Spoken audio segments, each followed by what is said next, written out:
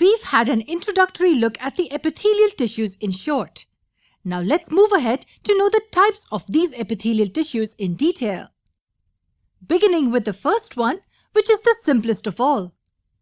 The simple squamous epithelium. In this type, we find flat cells lying upon the basement membrane.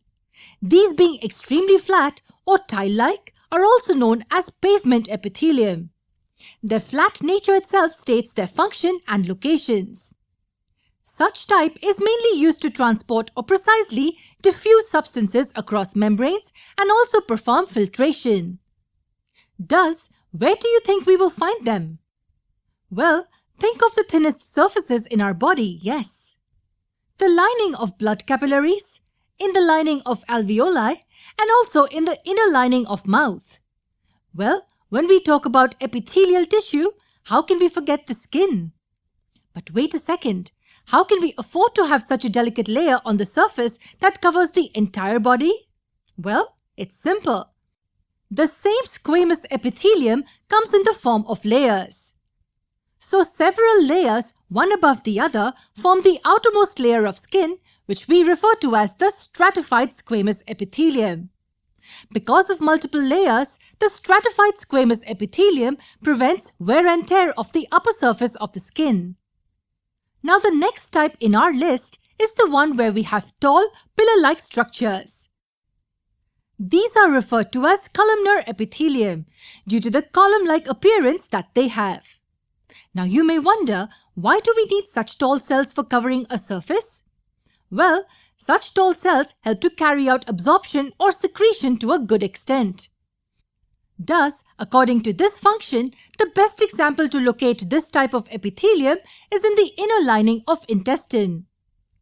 Well, sometimes a slight modification is also observed in this type. We find tiny hair-like projections called cilia on the surface of these cells. Now you may wonder, why do these cells need hair? Well, the basic purpose is to move the immovable. Yes, whenever you have certain non-motile substances or cells, then these cilia carry out rhythmic movements that help to move these substances. Thus, this type, that is the ciliated columnar epithelium, is found to cover the lining of the respiratory tract. Here, it helps to throw out the foreign particles trapped in mucus which enter the respiratory tract. Another location is in the fallopian tubes of the female reproductive system, where the cilia help to propel the ovum in the forward direction.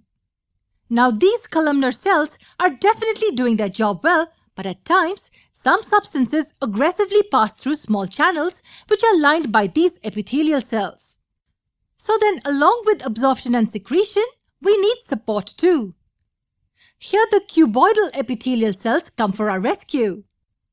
These cuboidal cells are found lining the kidney tubules, in the thyroid, and also in the ducts of the salivary glands. Lastly, we also find certain specialized modifications in these cuboidal cells. They attain the capacity to secrete important substances in the body. These are simply formed by inward folds in the cuboidal cells. The cells are called as gland cells and the tissue is called as glandular epithelium. So where will we find them? Yes, those parts involved in secretions like the salivary glands, mucus glands, gland-secreting earwax, mammary glands, and also the glands producing digestive enzymes. Well, with this, we come to the end of the types of epithelial tissues. Do you know what connective tissues are? Watch our next lesson to know more.